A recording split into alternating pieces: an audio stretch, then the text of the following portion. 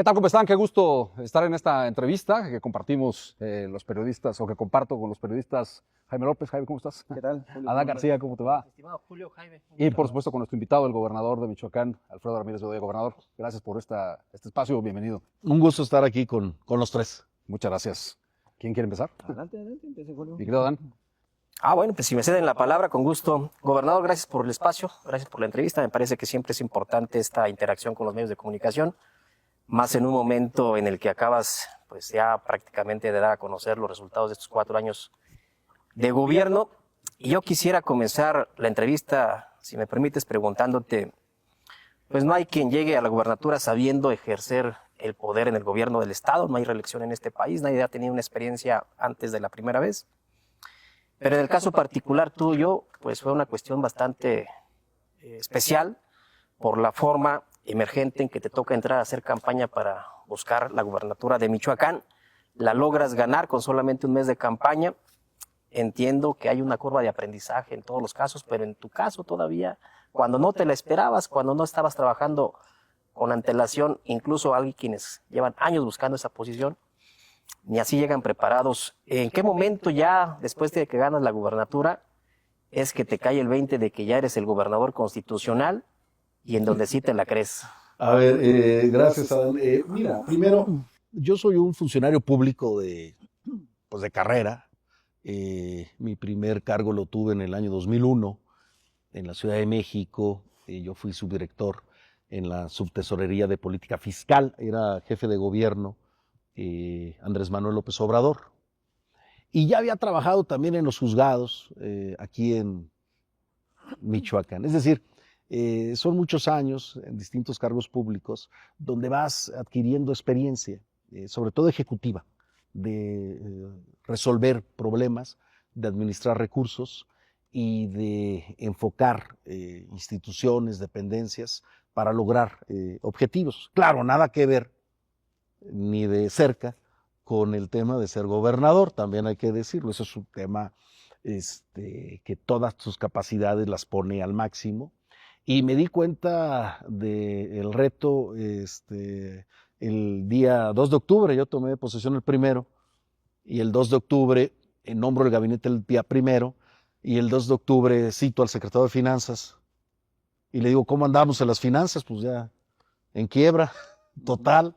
Entonces, desde ahí sabes que tienes que asumir la responsabilidad y que no va a ser tema fácil, que no es un día de campo, que no es un tema de vanagloriarse o de festejar o de estar en jauja 6 años. Al contrario, es un tema de entrega total, de sí un nivel de estrés, un nivel de alerta permanente, de estar tomando decisiones constantemente todos los días.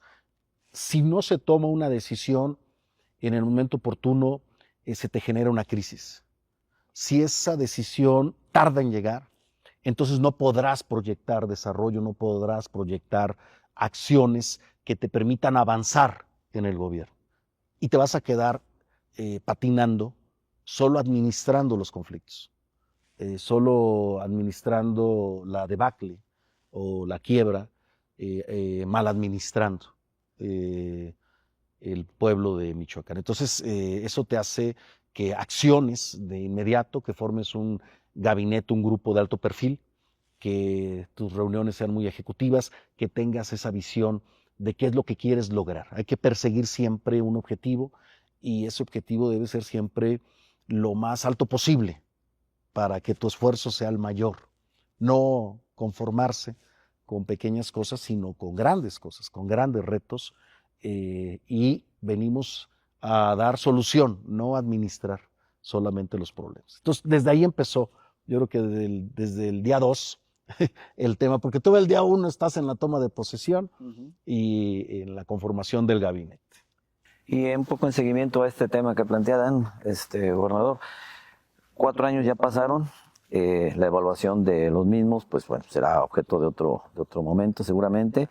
Ya pasaron, lo hecho está. Los 2 que quedan, o menos ya de 2, ¿cómo los vislumbras? ¿Dónde están tus prioridades para el cierre propiamente? Voy a empezar a que hablar, y seguramente tú ya lo tienes también perfilado, en empezar a cerrar temas, empezar a cerrar compromisos, programas, todo lo que esté faltando. ¿Por dónde perfilas este cierre de gobierno en función de prioridades, en función de necesidades de todo tipo? ¿Dónde estarían enfocadas básicamente las baterías para el 26 sobre todo? Y bueno, ya el 27 pues son el año electoral. El tema es concretar. Todo lo que diseñamos, proyectamos, lo tenemos que concretar. Tiene que haber una reafirmación de lo que hemos venido haciendo, concretar la infraestructura que hemos impulsado, el segundo anillo periférico de Morelia, las obras públicas, los teleféricos, los proyectos de salud, de nuevos hospitales, de inversión en educación pública, consolidar el tema de educación es fundamental en Michoacán. Yo ayer leí una nota de hace 6 años, de una expresión, una conferencia que dio el exgobernador hace 6 años, más o menos en un momento similar en tiempos a este. Y lo que decía es que nos había ido muy mal en educación, que la educación era un desastre en Michoacán, que no había forma de salir adelante en educación. Y ahí me doy cuenta cómo le dimos la vuelta, 180 grados, o le dimos la vuelta a la tortilla, que por cierto estaba muy quemada la otra parte de la tortilla, y le dimos la vuelta. Y ahora tenemos ciclos escolares completos, tenemos 3 ciclos escolares completos, gracias a las maestras y maestros de Michoacán. El INEGI reconoce a Michoacán como el estado que ha tenido políticas educativas ejemplo a nivel nacional para atender el rezago educativo. Es decir, ya están hablando datos muy fríos, muy duros, pero lo vemos en el ánimo de las maestras, de los maestros de Michoacán, que son los que realmente tienen a su cargo la educación, ¿sí? Y que están cumpliendo muy bien con el tema educativo, tenemos que apoyarlos más.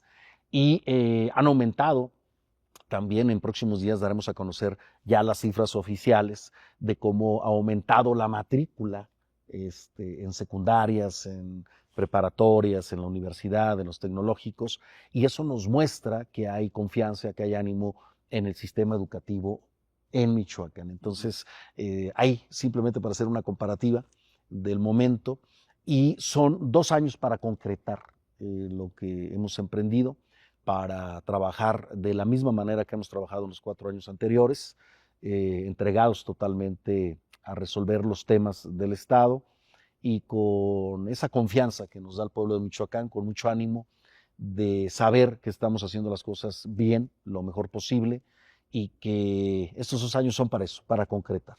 Correcto. Hay un avance, gobernador, en el que coinciden muchos comunicadores, muchos actores políticos, seguramente muchos michoacanos, en el tema de medio ambiente, con el guardián forestal, con el rescate del lago de Pátzcuaro, en el tema de infraestructura, con toda esta obra que se ha hecho, entiendo, con recursos estatales, porque la federación tampoco es que haya volteado mucho hacia Michoacán. Hay cosas que se ve que se están intentando, pero que luego no dan los resultados, como el tema de la seguridad pública.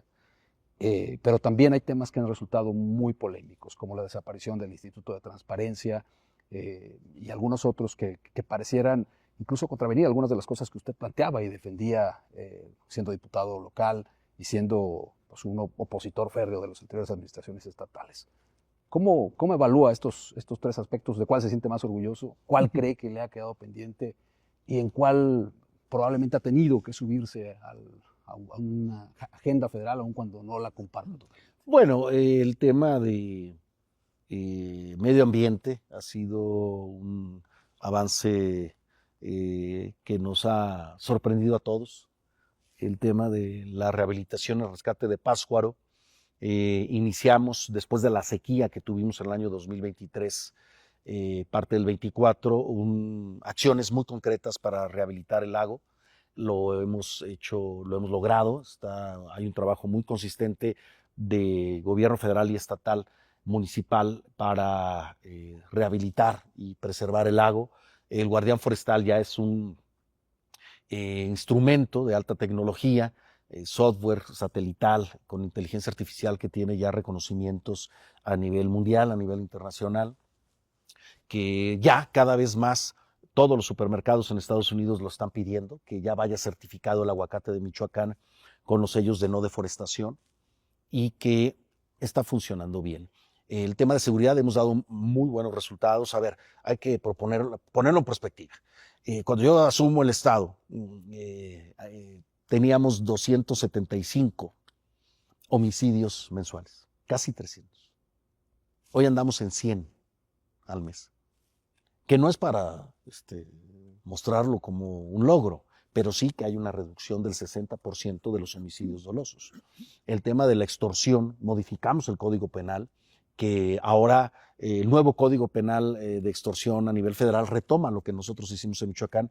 La extorsión es un delito comparado ya con el secuestro.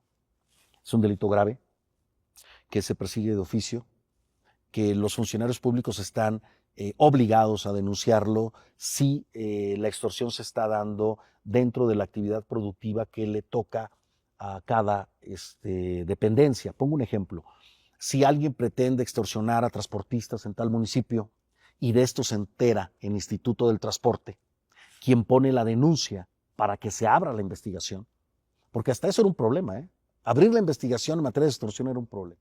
No se podía abrir si no había denuncia del afectado. Ahora no. Si el Instituto de Transporte de Michoacán presenta una denuncia por extorsión porque hay indicios de que se está extorsionando a ciertos transportistas en cierto municipio, se abre la investigación ante la Fiscalía de inmediato. Entonces, hemos avanzado en ese tema. Es un gran reto, es un reto mundial. Si ustedes se fijan, este tema de Donald Trump de tomar por asalto las ciudades norteamericanas, Washington, Chicago, Nueva York, es por materia de seguridad. Es porque hay en estas ciudades, dejando a un lado el tema de migración, hay altos índices delictivos. Entonces, el tema de seguridad es un tema que podemos catalogar nacional, mundial en ese sentido. Entonces, hay que hacer un gran esfuerzo para enfrentarlo. Por eso estamos muy de la mano, coordinados con Omar García Harfuch, el secretario de Seguridad Pública, con esta nueva estrategia que tiene la doctora Claudia Sheinbaum en materia de seguridad, ¿sí? De ser más contundentes, de darle más fuerza a la investigación y la inteligencia, a que se actúe en la detención de los delincuentes y que estamos actuando nosotros en esa línea de manera directa con la presidenta Claudia Sheinbaum. Entonces, vamos avanzando ahí y creo que de lo más destacado es la educación, creo que es de lo que más hemos avanzado en materia educativa. A ver, en los últimos 20 años, 25 años, bueno, todavía yo era estudiante, yo me acuerdo, por allá de los meses de septiembre, octubre, ya estaba la incertidumbre en toda la Universidad Michoacana porque ya no había para pagar las quincenas de los maestros, mucho menos sus prestaciones, jubilaciones o aguinaldos de fin de año, ¿no? Bueno, cuando yo tomo el gobierno con una deuda porque no se le había pagado a las maestras y maestros 3 meses anteriores de salario. Por eso estaban paradas las clases en Michoacán. Y ahora no, ahora hay certidumbre, tenemos años escolares completos. La Universidad Michoacana está viviendo uno de sus mejores momentos, creo yo, en materia presupuestal. No tiene estrés por el tema presupuestal, no sufre por el tema de presupuesto, tiene recursos. La infraestructura va muy bien, va avanzando muy bien. Los teleféricos de Uruapan y de Morelia, el segundo anillo periférico de Morelia, que el segundo anillo periférico de Morelia, para ponerlo en contexto, son 50 kilómetros los que estamos construyendo. En total, el segundo anillo son 80 kilómetros. Ahorita estamos construyendo 50, tipo supercarretera A2. Es como si estuviéramos construyendo una carretera, una autopista totalmente nueva de Pátzcuaro a Uruapan. De Pátzcuaro a Uruapan o de Morelia a Pátzcuaro. 50 kilómetros. Sin deuda pública, que eso es muy importante subrayarlo. Sin deuda pública. Entonces, creo que la infraestructura es algo de lo que también se está ya viendo, se está notando. Me preguntan, a ver, ¿por qué estados como Querétaro, Guanajuato, otros estados tuvieron el desarrollo que tienen? Pues porque invirtieron en infraestructura, invirtieron en educación, en tecnología. Lo que estamos haciendo nosotros ahora es eso, invertir en infraestructura, invertir en educación, ¿sí? Para tener desarrollo. Si no tienes educación, nunca vas a poder tener desarrollo. Si no tienes universidades tecnológicas fuertes, no vas a tener desarrollo. Si no tienes infraestructura, no vas a tener desarrollo y solo vamos a seguir viendo cómo pasan los contenedores de Lázaro Cárdenas hacia el centro del país, norte del país o hacia los Estados Unidos. Nada más nos vamos a estar como el chinito mirando cómo pasan las mercancías y nosotros no formamos parte de esa transformación de las mercancías. Entonces, todo esto requiere infraestructura, requiere que le apostemos a la infraestructura para atraer inversión, para que haya inversión local y se genere un ciclo positivo en Michoacán. Dejar el ciclo negativo de décadas en el Estado y retomar el ciclo positivo del Estado para crecer económicamente, generar empleos y tener un Michoacán mejor, que es en lo que yo me enfoco. Gobernador, por coyunturas o por la misma evaluación natural que como titular del Ejecutivo vas realizando sobre los resultados de tu equipo de trabajo, has ido haciendo ajustes en estos 4 años y te hemos escuchado elogiar a algunos funcionarios o funcionarias de tu gabinete. Algunos llegaron ya con experiencia en cargos de primer nivel, otros no, otros fue su primera experiencia. Algunos de estos últimos han sido objeto de elogios tuyos. ¿Quiénes consideras de estos hombres y mujeres que hoy están en tu gabinete que son, digamos, para ti la sorpresa? A ver, cuando diseño el gobierno, lo que primero te mueve es una visión, ¿no? ¿Qué queremos hacer? Pero para lograr eso, pues requieres personas, requieres seres humanos, requieres profesionistas. Y ahí viene el perfil. ¿Qué perfil requiere finanzas, obras públicas, educación? A mí me ayudó muchísimo el haber llegado de gobernador sin ningún compromiso extra al pueblo de Michoacán. A mí me eligió el pueblo de Michoacán. Yo no pacté con nadie, nadie hizo acuerdos conmigo. Yo me aventé a la campaña con todo, a recorrer Michoacán. Y entonces llegamos sin compromisos, ¿sí? Ni oscuros, ni a toda luz, no. Llegamos, digamos, con la autonomía y la libertad de decidir. Y así armé el gabinete, en conciencia de lo que quería lograr, de lo que queríamos hacer. Por eso el gabinete es un gabinete joven, pero con experiencia. Es un gabinete de alto perfil, con profesionistas que han demostrado ser de los mejores del mundo, lo debo decir. A ver, las obras, voy a poner el tema de la obra pública. Rogelio Sarasúa, de La Piedad, Michoacán, allá del otro lado del río, es un ingeniero que ha demostrado una gran capacidad para tanto en el tema financiero como en el tema de obra pública. Porque ahora, para hacer obra pública necesitas 2 cosas. Sí los mejores ingenieros, pero sí los mejores financieros también, para poder lograr que la obra pública se lleve a cabo y sea eficiente. Y Rogelio es un perfil, Rogelio Sarasúa, de primera, de una gran capacidad en el Estado, y se muestra con las obras públicas que traemos por todo el territorio estatal.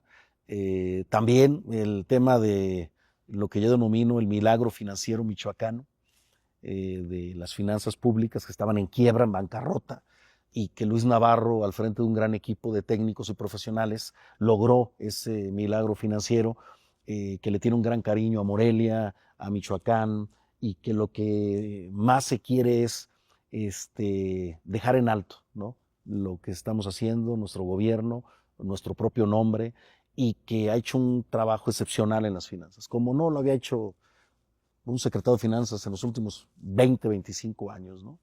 Y Gladys Butanda, la arquitecta, por ejemplo, es una impresionante profesionista, arquitecta, que está llevando a cabo obras de clase mundial, los teleféricos, que son obras muy técnicas, muy especializadas, y que ha demostrado Gladys una gran capacidad, una gran sensibilidad, también un gran equipo, y que lleva o están bajo su liderazgo obras muy importantes, muy relevantes.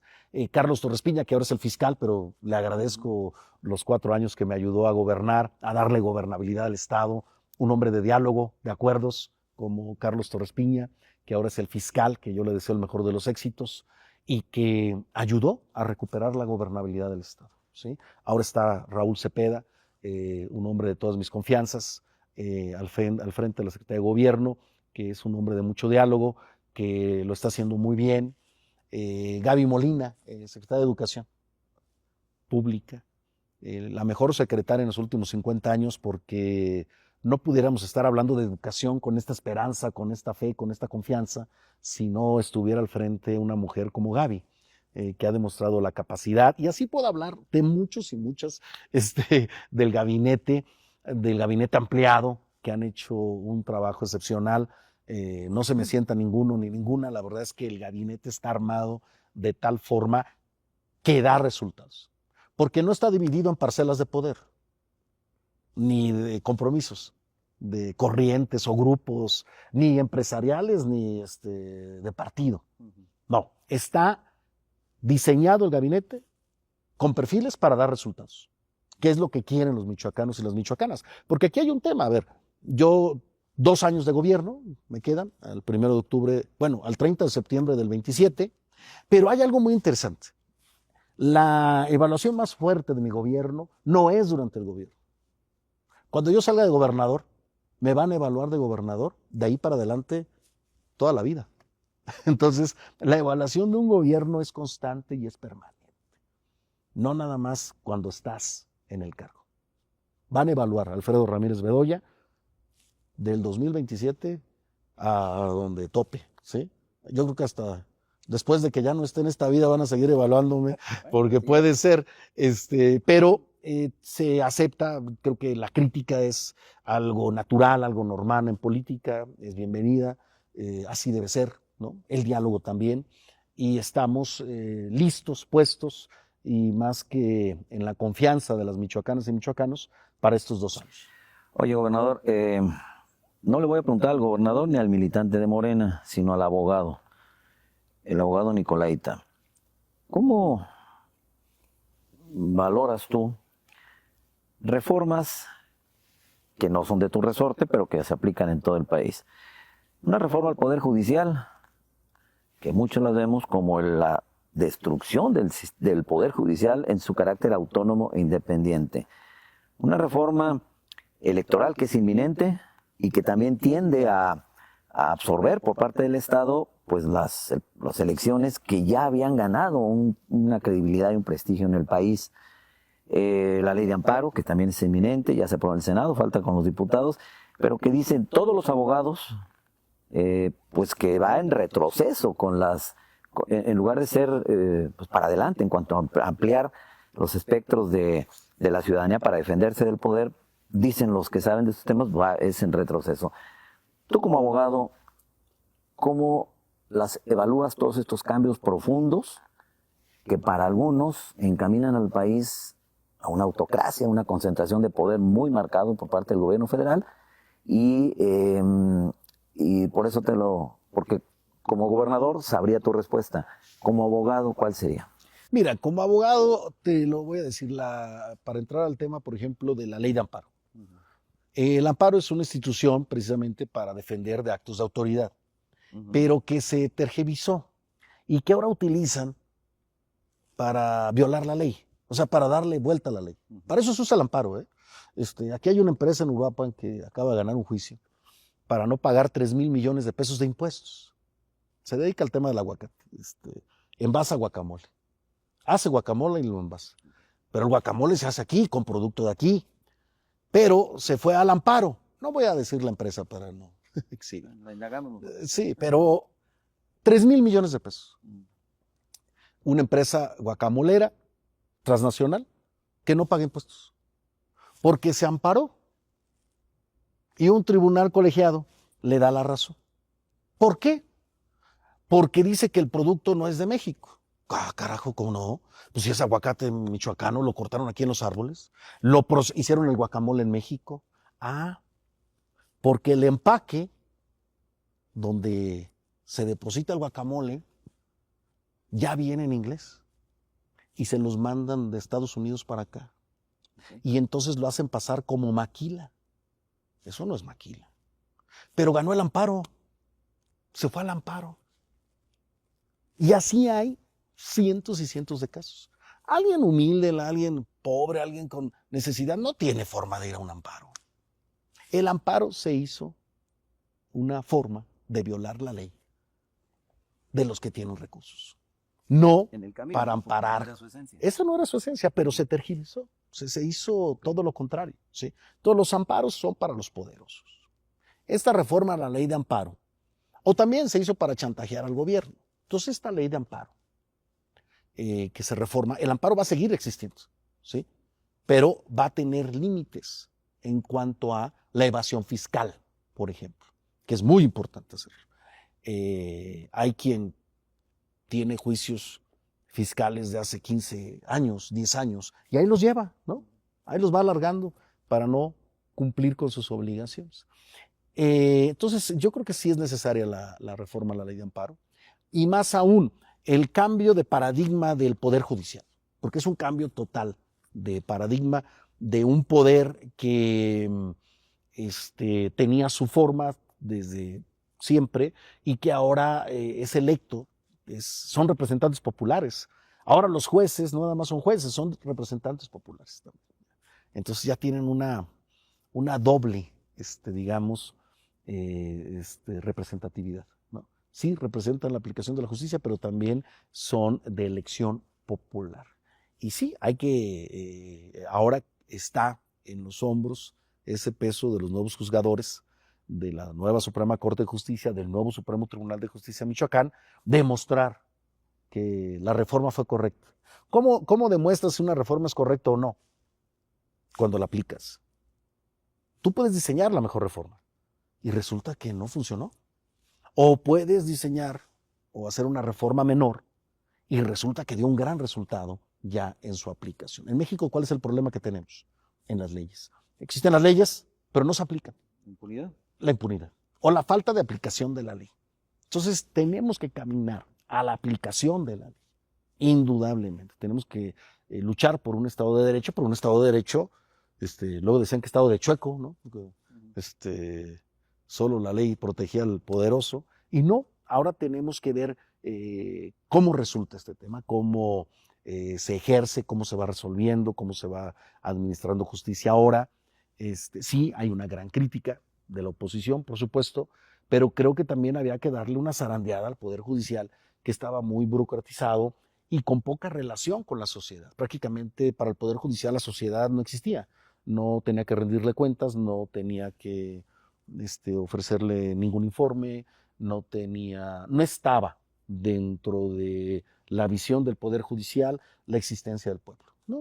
Para ellos eran papeles, documentos y juicios. Ahora eso cambia, eso van a estar ya más al escrutinio público, los jueces, las magistradas, y aquí logramos algo importante en Michoacán, descentralizamos la administración de justicia, porque todos los magistrados estaban concentrados en Morelia. Ahora vamos a tener salas regionales y unitarias penales en 7 regiones del estado, en Lázaro Cárdenas, en Apatzingán, en Uruapan, en Zitácuaro, va a haber magistrados en Zamora, en La Piedad y aquí en Morelia. Pero sí, vamos a ver cómo da resultado esta reforma. También, a ver, yo como gobernador ya estaba, híjole, ¿cómo le llamaban? La puerta giratoria, de que los deteníamos y los soltaban a las 24, 48 horas, ya de manera automática era la liberación de los delincuentes, de manera automática, era una burla lo que hacía el Poder Judicial de liberar en automático a presuntos delincuentes. Eso tiene que cambiar, tiene que modificarse y también perseguirse la corrupción en el Poder Judicial. Entonces, creo que es una buena reforma, es nueva, es muy nueva, es la primera vez que ocurre, va a ir madurando conforme se vaya repitiendo la elección, ¿no? Había quien decía, Porfirio Díaz decía, ¿no? En una entrevista en 1908, que todavía el pueblo de México no estaba preparado para la democracia, y toma la que se le viene la revolución. Entonces, el camino a la democracia en México ha sido muy largo, muy difícil, y que llegue la democracia al Poder Judicial creo que es un buen paso, la verdad. Yo creo que va a dar buen resultado a pesar de las críticas y de la expectativa que existe de esta reforma. Bueno, ahora hablaba usted del tema de la descentralización y es un tema que, todos los que vemos los temas de administración pública nos apasiona, ¿no? Percibo y perciben muchos teóricos que vivimos en un país tremendamente centralista. Usted, por ejemplo, Recuerdo que hizo una gran apuesta en los 2 primeros años de su administración por lograr la descentralización del seguro social. Además era un compromiso presidencial y el IMSS no cumplió, no le cumplió a Michoacán. En ese esquema de la descentralización, además, vivimos en un país en donde el 80% de los recursos se centralizan en la Ciudad de México. Y no hablo del recurso que se genera en Ciudad de México, sino el que se recaba a través de impuestos a los estados y que se va al centro del país. Y le regresan el 17 a los estados y el 3 a los municipios. Estamos ya en la época en que México tendría que cambiar a un proceso de mayor descentralización. Usted ha promovido los autogobiernos. A mí en lo personal me hubiera gustado más que crear nuevos municipios para darles no solo los recursos, sino también las responsabilidades a los ayuntamientos. Pero creo que el gran pendiente que hoy tenemos en México en materia de política pública, de administración pública, es una gran descentralización de los recursos, no sé, al estilo de Suiza quizás. 50 a la federación, 50 a los cantones, en este caso los estados y municipios. ¿Qué opina usted? Sí, hay un tema en el modelo federal que creo debe adecuarse. Mira, te pongo el ejemplo del artículo 115 de las atribuciones de los municipios. Yo creo que los municipios se están acumulando en base a sus obligaciones dadas por la Constitución demasiadas atribuciones. Tienen pocos recursos y tienen pocas capacidades y muchas atribuciones y responsabilidades. Como la Bartola, ¿no? Como... Les dan 2 pesos y... Como el tema de seguridad. A ver, yo creo que hay una realidad que vivimos y creo que los municipios están quedando cortos y no tienen realmente la capacidad para enfrentar crimen organizado, delincuencia organizada. ¿Sí? En ese sentido es una atribución creo que está quedando muy grande a los municipios. Y hay otras atribuciones que tienen los municipios que no han mostrado, o muy pocos han podido hacerlo, muy pocos son casi excepción, en el tema del manejo del agua potable, que es una de las grandes necesidades públicas, es un derecho humano, y que no han logrado salir adelante los municipios en el tema del agua. Entonces, una reconfiguración desde las atribuciones creo que es importante. Y desde ahí también un tema del gasto en disciplina. Hay municipios que el 98%, 95% lo gastan en salarios, ¿no? En cuotas sindicales, en servicios, gasto corriente. No tienen para obra pública, por ejemplo. Y los estados, yo lo he dicho, Michoacán es un estado fuerte, es un estado poderoso, es un estado que tiene con qué, por supuesto, pero efectivamente creo que estos procesos de centralización, descentralización, hemos ido y venido en el tema, por ejemplo, de salud. La salud se descentralizó en los años 90, al final del siglo pasado, descentralizaron la salud. Entonces, los responsables de la salud fueron los estados. Y ahora está un proceso a la inversa, donde están concentrando en el IMSS Bienestar una centralización de los servicios de salud.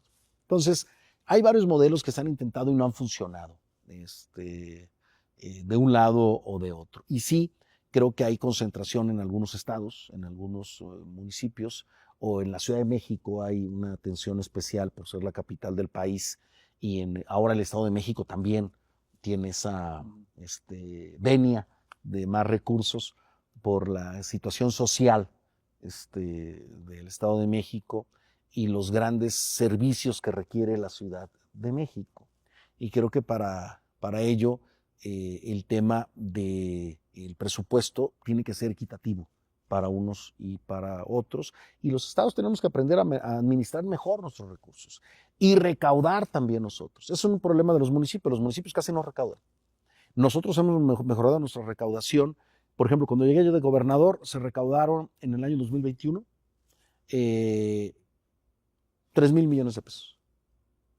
Hoy, 2025, vamos a recaudar casi 9,000 millones de pesos de ingresos propios. ¿Qué quiere decir? Pues hay que combatir la corrupción en el Estado, hay que facilitar con gobierno digital el pago de impuestos y servicios y derechos. ¿Sí? Eso es fundamental. Y que en base al esfuerzo que hagan los estados, la federación te compense. ¿Sí? Si un estado está haciendo un gran esfuerzo recaudatorio propio, que la federación recompense mejor aún esa actividad recaudatoria de los estados. Yo sí creo que debe haber un equilibrio, porque hay estados que son muy industriales o que tienen una capacidad económica muy grande y hay estados que no la tienen.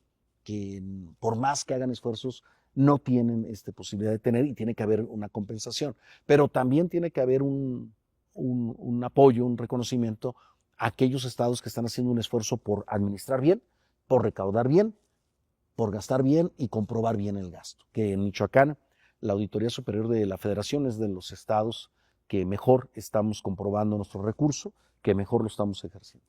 Porque alcanzamos una última ronda, ¿no? De preguntas. Gobernador, tocaste en esta respuesta el tema de la seguridad pública o lo que representa como desafío el crimen organizado para este país. Y me da la impresión que la presidenta de México le está poniendo su propio sello a la estrategia federal de seguridad, aunque ella señala en su discurso de que está dándole continuidad a lo que se hizo en el sexenio anterior. Me parece que hay grandes cambios. De entrada ya no menciona los abrazos, no balazos en la narrativa. No sé si coincidas en que esta es una señal o reconocimiento tácito de que esa estrategia no funcionó o no funcionó como se esperaba y que se requieren, sí, me parece, de pronto balazos y no abrazos a los delincuentes, o no sé cuál sea tu opinión, cómo lo estés viendo. Bueno, el tema tiene que ver con la inteligencia que se aplica al tema delictivo. Y finalmente, sí hay un momento en que tienes que usar la fuerza pública. La fuerza pública es una atribución del Estado, que la tienes, y la tienes por algo. Y la tienes no nada más porque lo diga la ley, sino porque hay momentos en que, si no hay otra forma, tienes que usar la fuerza pública para poner orden. Luego perdemos las perspectivas o se nos olvida muy pronto la corta memoria, pero cuando yo llegué de gobernador teníamos 100 barricadas en el estado. 30 municipios tenían barricadas. Había municipios que estaban así, a simple vista, había barricadas a la entrada de los pueblos. Los quitamos, los detuvimos. Algunos con fuerza pública, con enfrentamiento. Y era la época del presidente López Obrador. Ahora creo que el tema de la presidenta es que más que tener una narrativa de seguridad, tiene una acción de seguridad.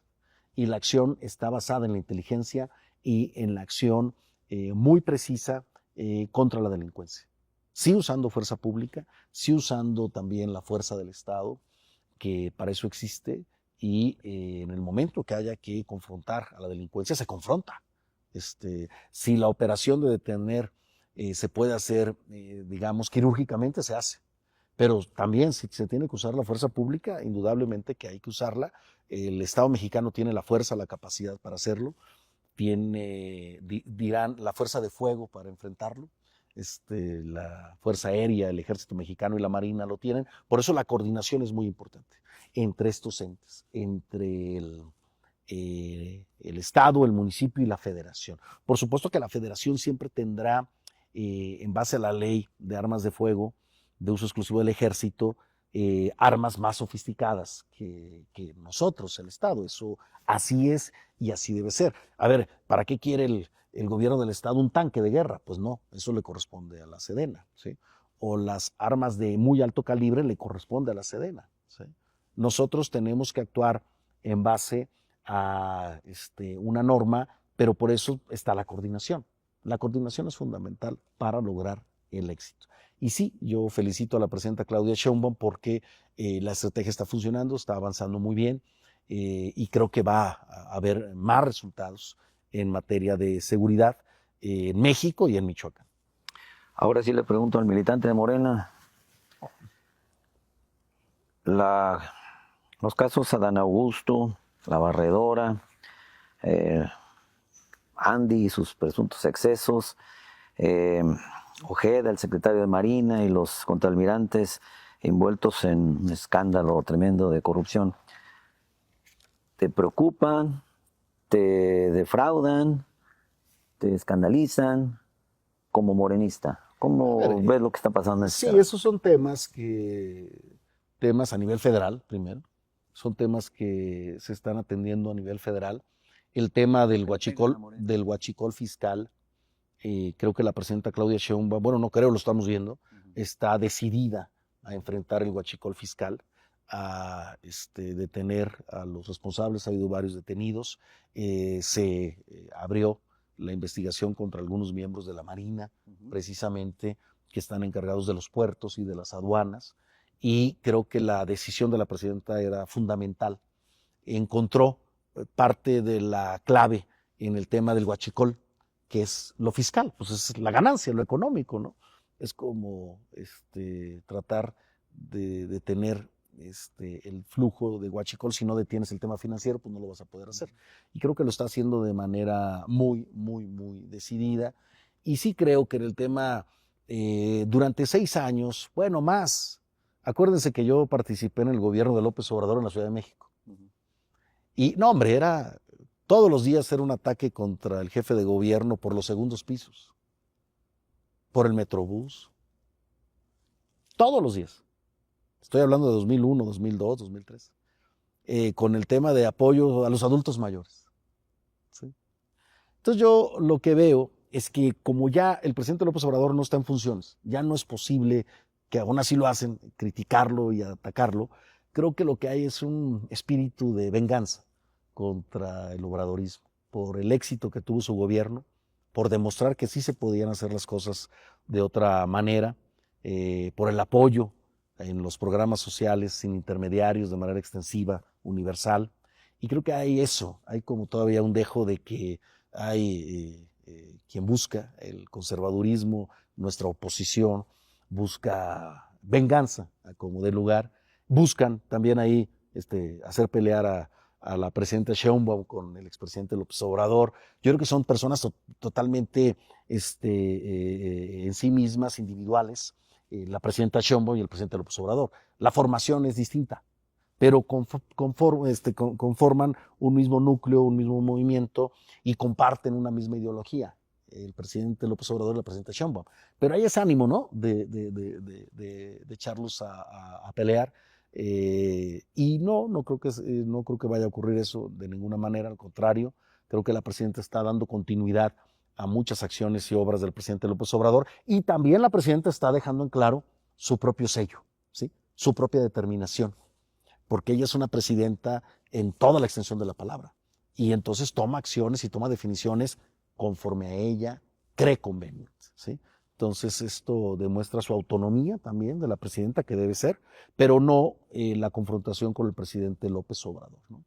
Y bueno, también hay que decirlo, hay también una especie como de persecución mediática de varios liderazgos nacionales de Morena, de Ricardo Monreal, de varios, ¿no?, de Adán Augusto, en varios sentidos, ¿no?, en el tema. Pues mira, yo creo que cada quien es responsable de sus actos y sus hechos, eso también hay que decirlo, pero al final de cuentas sí se ve que hay un tema dirigido, muy, muy dirigido en ese sentido. Hay una lucha muy, muy fuerte todavía entre la oposición y Morena, todavía esa confrontación sigue siendo muy, muy encarnizada, y tenemos como resultado esto, ¿no? Luego yo veo algunos programas de televisión ahí, no son de televisión, son de redes sociales, donde, híjole, yo los veo nada más para saber cómo anda la derecha, cómo anda el conservadurismo, y híjole, tienen un coraje y un odio a todo lo que es Morena y a todo lo que es el obradorismo y a todo lo que es Claudia Sheinbaum, y andan diciendo que la presidenta no dura un mes, que la presidenta cayó en las encuestas. Yo digo, pues ¿en qué mundo vivirán estos cuates, no? Pues en la cocina donde graban el programa, porque pues ¿de dónde? Yo todas las encuestas que veo de todo tipo, la presidenta Sheinbaum está muy bien posicionada, ¿no? Muy alta, muy querida por el pueblo de México, y muy activa la presidenta, ¿no? Y lo otro, pues es eso, es el tema normal de la política nacional, de tratar de cobrar venganzas o de defenestrar figuras públicas para golpear al movimiento, para golpear a Morena, para intentar que en el 2027 nos vaya mal en la elección. Esa es la ruta, ese es digamos, el objetivo que tiene. Finalmente, gobernador, preguntarle, evidentemente no hay un gobernador que haya decidido su sucesión. Creo que el último fue don Carlos Gálvez en el 70. Híjole. Y eso porque le tocó irse como director general del IMSS y decidió quién era su interino, en este caso Servando Chávez. Servando Chávez. Pero ciertamente... Julio, estás hablando de antes de que naciéramos. No habíamos nacido ninguno. Estás hablando como del 73, por ahí más o menos. Es 70. 70, sí, ¿no? 72, nomás por ahí. Pero eso quiere decir... Bueno, no habíamos nacido. Fue cuando inició el gobierno de Echeverría 70. Ah, mira. Aquí sí. Pero yo creo que todos lo han intentado. Todas han intentado de alguna manera encaminar pues a que alguien dé continuidad a su obra, a su proyecto, o que alguien no llegue a destruir lo que haya hecho. ¿Cómo están sus ánimos con respecto al 27? Porque se habla mucho de que pues, evidentemente no hay una buena relación con Raúl Morón, senador por Morena, que es una de las cartas fuertes. Se habla mucho que el gobernador es un fuerte impulsor de este tema de mujer gobernadora. ¿Cómo están sus ánimos con respecto al 27? ¿Quién le gustaría? ¿A quiénes ven la lista como sus probables sucesores? Mira, creo que a final de cuentas la gobernadora o el gobernador que llegue va a hacer su gobierno, va a tomar sus decisiones y así debe ser y que lo haga mejor que nosotros. Eso creo que todos lo desearíamos y lo pensamos. El tema del 27, primero es un tema que van a manejar los partidos políticos en definición de sus candidatos, candidatas. En el tema de Morena, específicamente, pues va a haber encuestas, eso que ni qué. Ese es el método, es la encuesta, y va a haber género. Pues tendrá que ser hombre o mujer la candidata o candidato, va a haber una preselección de estados, tal estado es mujer, tal estado es hombre, porque así ocurrió en el 21. No va a ser nada distinto al 21. Pues ya lo vimos, fueron las encuestas. ¿Sí? Yo perdí la encuesta presidente municipal de Morelia, ¿te acuerdas? Y bueno. ¿Cuándo sí la perdió? Bueno, aquí estamos trabajando. Entonces, las encuestas van a definir. Y el género, que eso es muy importante, el género. Michoacán es de los estados que nunca ha sido gobernado por una mujer, ni siquiera de manera interina. ¿Sí? Es un estado que todavía está en el machismo del poder político. Entonces, eso hay que romperlo, hay que hacerlo a un lado. Y yo sí soy, porque eso muestran las encuestas, eso muestran los sondeos, el ánimo de las michoacanas y los michoacanos, que sea mujer la candidata y que lo haga mejor que nosotros. A ver, la presidenta Claudia Sheinbaum está haciendo un trabajo excepcional, ¿sí? Está haciendo un trabajo que en el primer año de gobierno salió mejor calificada que el propio presidente López Obrador. Fíjate, qué gusto tener una mujer presidenta que todos los mitos los ha tirado por la borda, los ha roto y que está haciendo las cosas muy bien. Yo creo que el presidente López Obrador está muy contento de la presidenta Sheinbaum. Entonces, qué mejor que venga una mujer a demostrarnos que lo hacen mejor que nosotros, que yo estoy seguro que sí lo pueden hacer, que sí lo pueden lograr y que sea una mujer y yo ser el último gobernador hombre. Ya luego nos tocará porque tendrá que ser 1 a 1, ¿no? ¿O cómo? O bueno, ya que sigan ellas, si lo hacen muy bien, ya será el pueblo de Michoacán quien decida en este tema. Pero va a haber una encuesta en el tema de Morena, ¿no? Y va a haber también candidatos y candidatas de los otros partidos políticos. Yo sí creo, sin ponerle nombre para no, porque tampoco pues, tengo un tema de que sea tal o cual. También, a ver, hay que decirlo, en los hombres hay posicionamientos muy importantes, no hay un solo aspirante, hay más aspirantes a la gubernatura del estado y en las mujeres yo creo que hay por lo menos 4 mujeres, ¿no? O 5 mujeres que aspirarían y en el tema de los hombres también puede haber 2 o 3 que tengan una muy buena posición. Hay algunos que ya no se pueden reelegir. Al gobierno del estado no hay reelección, ni siquiera que dejes un periodo, ya no. A gobernador ya nadie vuelve de gobernador, eso está muy bien. Entonces ahora vamos a ver qué sucede al final, qué marcan las encuestas y qué marca la definición si es hombre o mujer al frente del estado de Michoacán. Entonces viene algo muy interesante, yo creo que algo que hay que vivirlo en la historia de Michoacán y que de mi parte lo que tengo que hacer es un buen gobierno, ¿sí? Eso es lo que me toca, hacer un buen gobierno para trascender y para también pues que el proyecto en ese buen gobierno continúe porque fue bueno, porque se hizo bien, ¿sí? Por ejemplo, la forma de financiar las obras públicas sin deuda, creo que es un modelo que la próxima gobernadora puede asumir, ¿no? Puede decir, oye, eso funcionó muy bien para financiar, para echar a andar obras muy importantes sin deuda, pues sigamos por este camino. Puede ser, ¿no? Como un ejemplo, seguir apoyando a la Universidad Michoacana de San Nicolás de Hidalgo, que eso es fundamental para nuestro estado. Y hay cosas que hay que apoyar o respaldar, no porque sean un tema del exgobernador o de Bedoya, no, son temas de Michoacán, ¿sí? Son parte de la esencia de nuestro estado, seguir apoyando el rescate del lago de Pátzcuaro, pues es parte de nuestros baluartes ambientales a nivel nacional y estatal. Entonces, esos son ya, querer que el que llegue siga con tu mismo gobierno, no, hombre, eso es un sueño guajiro, eso no pasa nunca. Y qué bueno, porque tiene que haber cambios, y el cambio tiene que ser constante. Qué bueno. Gracias, gobernador. Bueno, yo creo que con eso, ¿no? Gracias, ya, con eso ya, listos. Pues ya, Muchas gracias. ya, ya nos Gracias, Jaime. haciendo presión aquí ya.